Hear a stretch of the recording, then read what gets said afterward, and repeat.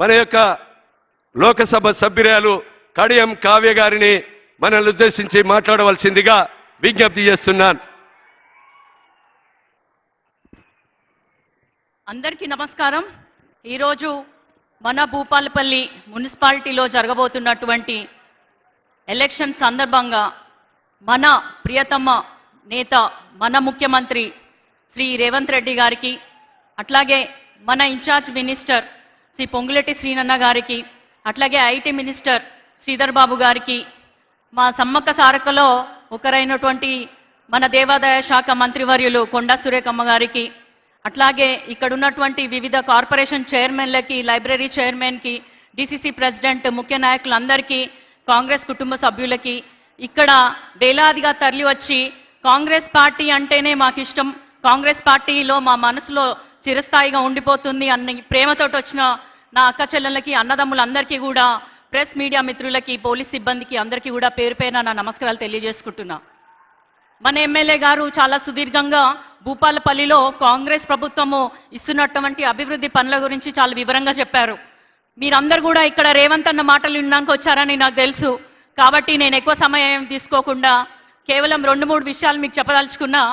ఆడబిడ్డల ఆత్మాభిమానం తనాభిమానం అని నమ్మి మన ముందు మనలాగా వచ్చినటువంటి మన రేవంత్ రెడ్డి గారికి ఇందిరమ్మ పార్టీ ప్రభుత్వంగా ఏర్పడినాక ఆడబిడ్డల ఆత్మాభిమానం ఆత్మాభిమానం అని ఇందిరమ్మ ఇల్లు ఇవ్వడమే కాకుండా సన్న బియ్యం కానీ, రేషన్ కార్డు కానీ, 1 కోటి మంది మహిళల్ని కోటీశ్వర్లు చేస్తా అని చెప్పి దాదాపు 1,00,000 కోట్ల రూపాయల బ్యాంక్ లింకేజ్ ద్వారా డబ్బులు ఇస్తూనే వడ్డీ లేని రుణాలు ఇప్పటివరకు 27,000 కోట్లతోటి మనకి ఇవ్వడం జరిగింది. మహిళలకు సంబంధించిన అనేక సంక్షేమ పథకాలు తీసుకురావడం జరిగింది. అటు సన్న బియ్యం అయినా, తర్వాత ఉచిత కరెంట్ అయినా, 500 గ్యాస్ సిలిండర్ అయినా, మహాలక్ష్మి పథకం అయినా, ఇట్లా చూసుకుంటే పోతే ఎన్నో ఉన్నాయి. మన జిల్లా భూపాలపల్లి జిల్లా కొత్తగా ఏర్పడినాక మనము ఎన్నో ప్రయత్నాలు చేస్తున్నాము. ఒక కొత్త రైల్ లైన్ కావాలి, కొత్త నవోదయ కావాలి, లేదా భూపాలపల్లిలో ఉన్నటువంటి గనులకి ఇంకా అధిక భద్రత కావాలి, అధికంగా సిఎస్ఆర్ ఫండ్స్ నుంచి కూడా డెవలప్ చేసుకోవాలి అని మనము ఆలోచిస్తున్నాము. మీ అందరికీ నేను ఒకటే చెప్తాను, అధికార పార్టీకి ఓటు వేస్తేనే అభివృద్ధి అనేది శరవేగంగా జరుగుతుంది.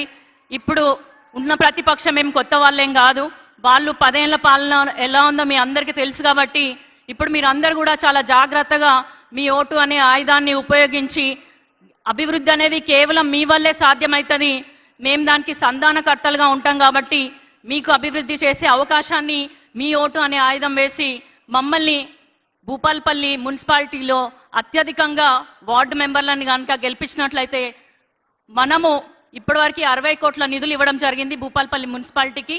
మన ఎమ్మెల్యే గారికి ఇంతసేపు చాలా ఆరాటపడుతూ చెప్పినారు కాబట్టి ఇంకా అధికంగా నిధులు ఇచ్చే ధైర్యం కానీ, హక్కు కానీ, అధికారం కానీ మన ఎమ్మెల్యే గారికి మీరు కల్పిస్తారని నేను బలంగా నమ్ముతున్నాను.